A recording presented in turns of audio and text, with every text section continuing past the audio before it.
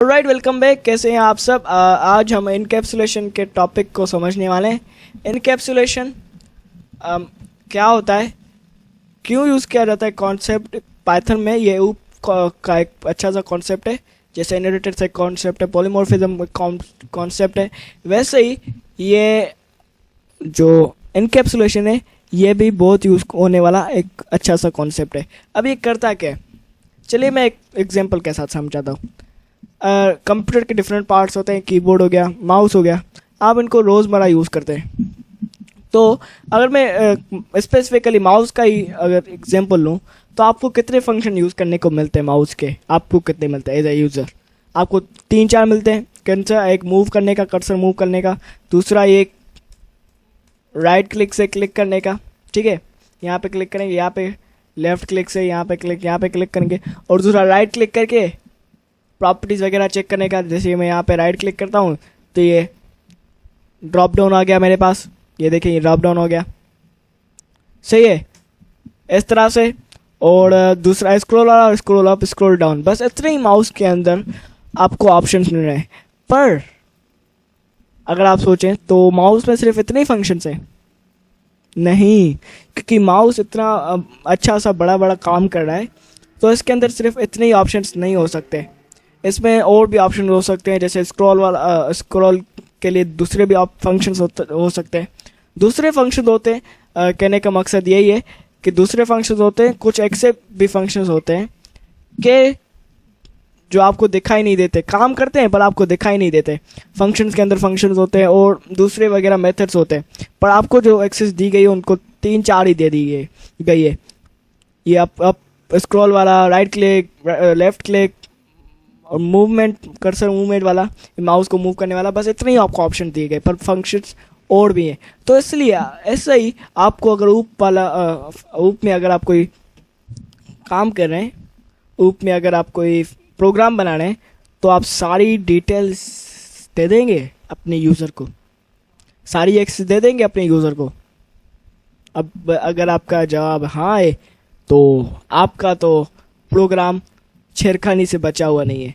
आपका प्रोग्राम कभी ना कभी ज़रूर छेड़खानी के अंडर आ जाएगा। कोई ना कोई आपके प्रोग्राम से छेड़खानी करके ख़राब कर लेगा। कैसे बताऊं? आइए, ठीक है। अब मैं कहता हूं कि मैंने जो फंक्शन बनाया है, ये जो न्यूमरेटर और डिनोमिनेटर है, प्रिंट जब तभी हो जब हम प्रिंट वाला फंक्शन को कॉल करवाएं, या फिर हम वैल्यूज़ असाइन तभी करें जब ये फ्रैक्शन वाला फंक्शन ऑब्जेक्ट हम बनाए तभी वैल्यूज़ कॉल करवाएं। पर अगर मैं एफ और वन डॉट करूं तो ये देखें, आपको डायरेक्ट एक्सेस दी हुई है डिनोमिनेटर की, आपको डायरेक्ट एक्सेस दी हुई है न्यूमरेटर की। अगर मैं यहाँ से न्यूमरेटर इज इक्वल्स टू 55, 66 कर लूँ तो ये देखें डायरेक्टली यूज़र ने पूरा गेम ही बदल डाला, पूरी छेड़खानी कर ली। अगर अभी भी आपको पता नहीं चल रहा कि छेड़खानी कैसे हुई, ये तो काम कर रहा है अच्छे तरीके से, प्लस वगैरह करेगा, पर यूज़र का दिमाग किसी भी तरफ जा सकता है भाई। तो दोस्तों ये देखें, अगर मैं यहाँ पे स्ट्रिंग लगाऊँ मोहम्मद नाम का और अब प्रिंट करवाऊँ तो अब तो ठीक है, मोहम्मद और अपॉन 8 आ गया।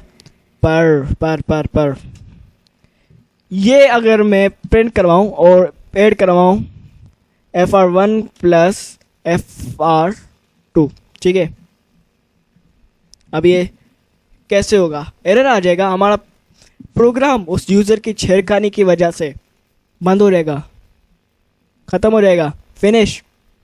तो उसको रोकने के लिए आप इनकैप्सुलेशन का यूज़ कर सकते हैं।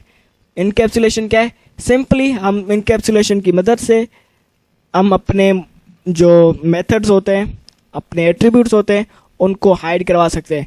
जितनी हमें एक्सेस देनी हुई होती है यूज़र को, उतनी हम दिलवा सकते हैं, पर सारी एक्सेस यूज़र को कभी नहीं देंगे, नहीं तो वो छेड़खानी कर लेगा, हमारे न्यूमरेटर को स्ट्रिंग में कन्वर्ट कर लेगा। ऐसे कैसे?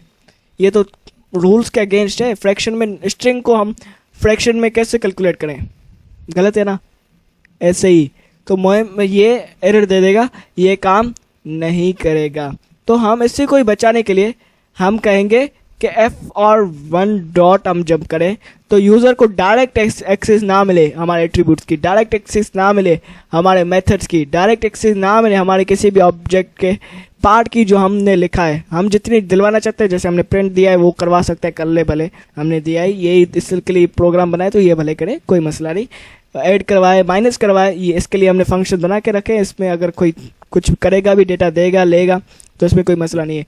पर fr1 डॉट करके fr1 ऑब्जेक्ट का नाम लेके डायरेक्टली एट्रीब्यूट्स को कभी नहीं वो एक्सेस करे, तो तब हम इनकैप्सुलेशन का इस्तेमाल करते हैं। तो ये देखिए, अगर मैं अंडरस्कोर करूं तो ये हो गया प्रोटेक्टेड, ये हो गया हमारा जो एट्रीब्यूट है वो प्रोटेक्टेड मेंबर बन गया। पर प्रोटेक्टेड के कुछ फ़ायदे हैं और कुछ नुकसान भी है। एक और ऑप्शन भी बताऊंगा आपको।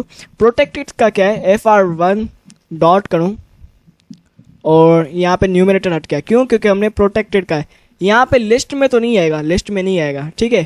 पर मैं न्यूमरेटर को प्रिंट करता हूँ डायरेक्टली, अगर मुझे पता होगा, मैंने देखा भी नहीं होगा पर फिर भी मैंने अंदाज़ा लगा के कर लिया, प्रिंट fr1 डॉट न्यूमरेटर, तो उसके ये एरर आएगा, न्यूमरेटर हमारे पास नहीं है। Did you mean underscore numerator? हमारा प्रोग्राम खुद उसको बता रहा है, हमने इसको प्रोटेक्टेड मेंबर बनाया है, तुम इसको इससे एक्सेस नहीं कर सकते, इसको तुम इससे एक्सेस कर सकते हो।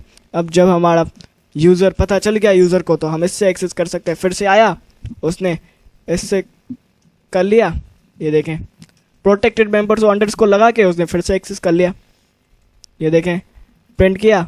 और अब तो होना चाहिए था, इसको हटाते हैं क्योंकि यहाँ पे हमने नहीं लगाया फ़िलहाल, ठीक है, इसको हटा देते हैं। हाँ, अब देखें उसने 5 प्रिंट कर लिया, इक्वल्स टू 88 करूँ, यहाँ पे भी अंडरस्कोर लगा लेता हूँ क्योंकि हमने प्रोटेक्टेड लगाया, तो जहाँ जहाँ आपने लगाए हैं वहाँ भी आपने चेंज करने होते हैं। फ़िलहाल यहीं पे करते हैं हम चेंज, क्योंकि हम प्रिंट करवाएंगे तो इसलिए यहाँ पे अब चेंज करते हैं फ़िलहाल, ठीक है। fr1 को अब मैं प्रिंट करवाऊँ तो उसने तो चेंज कर लिया भाई, इसमें क्या है, उसने फिर भी चेंज कर लिया, क्यों? क्योंकि हमारे प्रोग्राम ने खुद उसको बताया कि इसको इस तरह से करता है। हाँ, क्योंकि हमारे प्रोग्राम ने खुद ही उसको बता दिया कि न्यूमरेटर ऐसे एक्सेस नहीं हो रहा, ये ऐसे एक्सेस होगा हमारा जो प्रोटेक्टेड है। पर प्रोटेक्टेड के अलावा एक प्राइवेट मेंबर भी होता है। प्रोटेक्टेड का सिर्फ यही काम है कि वो अगर आप डॉट करवाएंगे, यहाँ पे न्यूमरेटर नहीं होगा तो यूज़र तो धक्का लगा सकता है ना। अगर फ्रैक्शन का है प्रोग्राम तो न्यूमरेटर तो होगा, तो नॉट न्यूमरेटर करके वैल्यूज़ के साथ छेड़खानी कर लेगा। पर हम चाहते हैं पूरा का पूरा प्राइवेट हो, और वो लगा भी ले फिर भी उसके एक्सेस नहीं कर पाए, तो हम कुछ ऐसा करवाना चाहते हैं ताकि हमारे प्रोग्राम में कोई भी गड़बड़ ना हो। तो अगर आप किसी एट्रीब्यूट को, मेथड को पूरा का पूरा इनकैप्सुलेट करवाना चाहते हैं, पूरा का पूरा प्राइवेट बनाना चाहते हैं, तो आपने सिंपली यही करना है, डबल अंडरस्कोर लगाना है। सिंपली डबल अंडरस्कोर लगाना है एक सिंगल अंडरस्कोर की जगह, ठीक है। अब यहाँ पे मैंने सिंगल अंडरस्कोर लगाए, तो यहाँ पे आप देखिएगा, अगर मैं प्रिंट करूँ fr1 डॉट न्यूमरेटर,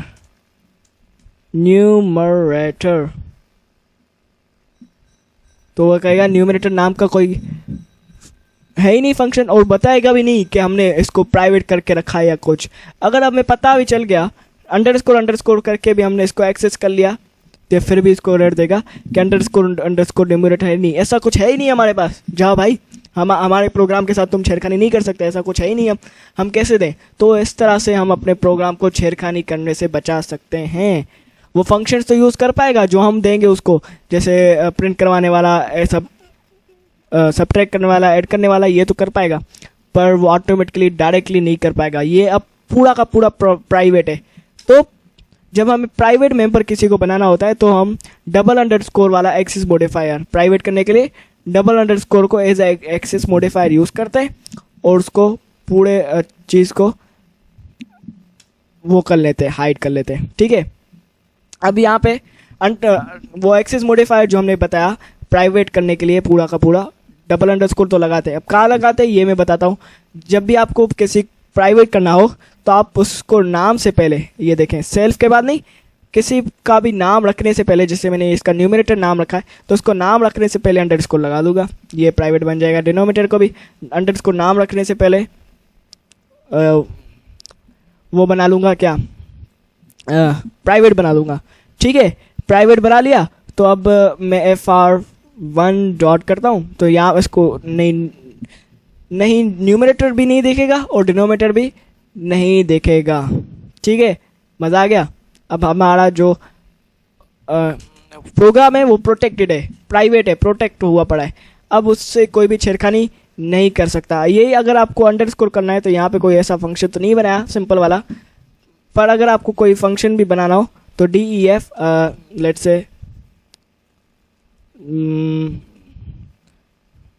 सबट्रैक्ट वाला कोई फंक्शन बना लेते हैं लेट्स से।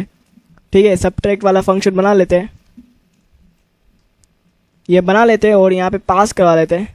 ठीक है, इसमें अभी कुछ नहीं लगते क्योंकि हमारा ऊपर तो इसका कोई काम ही नहीं है। ऐसे ही मैंने मेथड बनाए और FR1 करूँ, FR1 तो ये देखें सबट्रैक्ट वाला मेथड दिख रहा है। हम कह रहे हैं ये भी ना कॉल हो, कह रहे हैं नहीं नहीं ऐसा कुछ नहीं कर सकते तुम भैया, साइड हो। तो इसलिए हमने जहाँ डेफ के आगे जब हमने नाम लिया तो वहीं पे हम अंडरस्कोर यूज़ करेंगे, तो ये हमारा जो मेथड है वो भी प्रोटेक्टेड बन गया। ठीक है, समझ गए। अब इस हिसाब से हम एट्रीब्यूट्स को और मेथड्स को हम प्रोटेक्ट कर सकते हैं प्राइवेट बना के और छेड़खानी से बचा सकते हैं। अब एक और चीज़, एक और इम्पॉर्टेंट चीज़, जब भी आपने न्यूमरेटर को यूज़ करना है, ये देखिए अंडरस्कोर एक्सेस मॉडिफायर जब लगा है तो जहाँ जहाँ आपने न्यूमरेटर और डिनोमिनेटर यूज़ किए हैं, मीन्स एट्रीब्यूट्स अपने यूज़ किए हैं, जैसे यहाँ पे मैंने न्यूमरेटर को यूज़ किया है इस एट्रीब्यूट को, तो यहाँ पे भी मुझे अंडरस्कोर लगाना पड़ेगा। ठीक है, इस हिसाब से ही लगाने पड़ेंगे ये जगह जो ये लगे पड़े अंडरस्कोर। यहाँ पे भी डिनोमिनेटर के साथ अंडरस्कोर लगाना पड़ेगा क्योंकि यहाँ पे भी अंडरस्कोर है तो एज इट इज हमें लगाना पड़ेगा। यहाँ पे भी underscore underscore underscore double underscore, यहाँ पे भी डबल अंडरस्कोर, यहाँ पे भी और यहाँ पे भी यहाँ पे भी, और ये रह गया। ऐसा नहीं करना, आपने हर जगह लगाना है ताकि कोई बाद में एरर ना आए। ठीक है, तो अगर आप अपने प्रोग्राम के अंदर, अपनी क्लास के अंदर जहाँ जहाँ आपने एक्सेस मॉडिफायर वाले मेंबर को यूज़ करना है तो अंडरस्कोर और अंडरस्कोर के साथ प्रिंट करवाना होगा, यूज़ करवाना होगा। सबट्रैक्ट वगैरह जो भी आपने करवाना है तो एक्सेस मॉडिफायर के साथ ही लगाना होगा। जैसे मैंने कहा है self dot underscore underscore numerator, तो यहाँ पे मैंने यूज़ किया तो उसको उसी की तरह यूज़ किया है, self dot underscore underscore numerator. इसको मैंने इसमें सेव करवाया था तो इसको A dot underscore underscore denominator. तो इस तरह आपका फंक्शन अब का काम करेगा। FR डॉट FR प्रिंट करूँ FR1, ठीक है, FR1 को प्रिंट करवाता हूँ तो देखिए हमारा काम कर रहा है 5/8 और कोई छेड़खानी भी नहीं कर पाएगा। डॉट अगर कोई छेड़खानी बहुत शिद्दत से कोशिश करे छेड़खानी करने की फिर भी नहीं करवा पाएगा। ये देखें, उसको कह देगा नहीं ऐसा कुछ तो है ही नहीं, क्यों करवा रहे हैं भाई, ऐसा कुछ है ही नहीं हमारे पास। ये देखें मैं 9 भी लगा रहा हूँ तो हमारा FR1 जो है वो अपडेट ही नहीं हो रहा। 55 लगा रहा हूँ, FR1 पे हमारा असर ही नहीं पड़ रहा। क्यों? क्योंकि हमारा वो प्राइवेट है, वो हमने जो वैल्यूज़ रखी हैं जिस हिसाब से हम वैल्यूज़ को कैलकुलेट वगैरह करवाना है उसी हिसाब से काम करेगा। यूज़र छेड़खानी नहीं कर सकता। उसको जो हमने ऑप्शंस दिए प्लस करने के, ऐड करने के, वही करेगा। अब प्लस में कर सकता हूँ FR2, ठीक है, ये काम करेगा। कैसे? 3 8 ज़ा 24 आ गया, 5 6 ज़ा 30 आ गया, 24 30 54 और 6 8 ज़ा 48। ठीक है, बहुत ही एक्यूरेट आंसर आ गया, सही तरीके से आंसर आ गया और इसमें कोई मसला नहीं है। हमारा सारा काम कर रहा है। बस आपने याद रखना है कि प्रोटेक्टेड मेंबर बनाएंगे तो सिंगल अंडरस्कोर, प्राइवेट मेंबर बनाएंगे तो डबल अंडरस्कोर। प्रोटेक्टेड वाला है वो थोड़ा कम प्रोटेक्ट करता है, आप उसमें छेड़खानी फिर भी कर पाएंगे, हाइड हो जाएगा फिर भी छेड़खानी बाद में कर सकते हैं। पर अगर आप डबल अंडरस्कोर यूज़ करेंगे तो आपका पूरा प्राइवेट हो जाएगा, भले जितनी भी कोशिश करे यूज़र आपके प्रोग्राम के साथ छेड़खानी करने की नहीं कर पाएगा, बिल्कुल भी नहीं कर पाएगा। ठीक है, और लास्ट और बहुत ही इम्पॉर्टेंट सी चीज़, अगर आपने अंडरस्कोर के साथ अपना वेरिएबल बनाया है, उसको प्रोटेक्टेड मेंबर बनाया है, प्राइवेट मेंबर बनाया है, सही है, तो आपने उसी तरह जहाँ जहाँ आपने यूज़ किया है वहीं पे लगाना होगा। अंडरस्कोर यहाँ पे डिनोमीटर है तो अंडरस्कोर डिनोमीटर, यहाँ पे भी अंडरस्कोर डिनोमीटर। तो जिस हिसाब से आपने लगाया एक्सेस मॉडिफायर के साथ ही आपने यूज़ करना है, नहीं तो आपका प्रोग्राम एरर देगा। ठीक है, समझ गए? आज की वीडियो को लाइक और बताता चलूँ कि ये हमारे सीरीज़ की लास्ट वीडियो थी, पाइथन की सीरीज़ की लास्ट वीडियो। बस कोई बात नहीं, हम न्यू सीरीज़ लाते रहेंगे आपके लिए और नई नई सीरीज़ बनाते रहेंगे। तब तक आपने रुकना नहीं, चलते जाना है। और जितना जितना दूसरे यूट्यूब पे जाए, वेबसाइट्स पे जाएं, जो मैंने गीक्स फॉर गीक्स एक वेबसाइट नहीं, W3 स्कूल्स बहुत ही बढ़िया वेबसाइट है, उस पर जाएं, एक्सप्लोर करें, टास्क लें। टास्क के लिए बहुत सी बड़ी बड़ी वेबसाइट्स होती है जो आपको टास्क देती है, ऊप का टास्क लें, उस पर काम करें, दूसरा कुछ करें। तो इससे आप प्रैक्टिस जितनी ज़्यादा हो सके उतनी करें ताकि आपकी लॉजिक बनाने में हेल्प हो सके, लॉजिक बिल्डिंग और अच्छे तरीके से आप कर सकते हो। आज की वीडियो के लिए इतना ही। वीडियो अच्छी लगी तो लाइक कीजिए, सीरीज़ अच्छी लगी तो दूसरों को शेयर कीजिए और जितना शेयर हो सके अपने दोस्तों के साथ कीजिए ताकि वो भी पाइथन सीखें, पाइथन पे काम स्टार्ट करें, एआई पे अपने एआई की जर्नी के लिए अपने रास्ते को चूज़ करें। ठीक है, पाइथन से एआई का रास्ता जाता है, मैं बताता हूँ। वेब डेवलपमेंट का रास्ता भी एआई पाइथन से जाता है, डेस्कटॉप एप्लीकेशन क्रिएट करने का भी पाइथन से जाता है, गेम भी आप पाइथन से बना सकते हैं। बहुत सी चीज़ें आपको एक्सप्लोर करनी है, रुकना नहीं, थकना नहीं। चलिए चलते हैं, अल्लाह हाफिज़।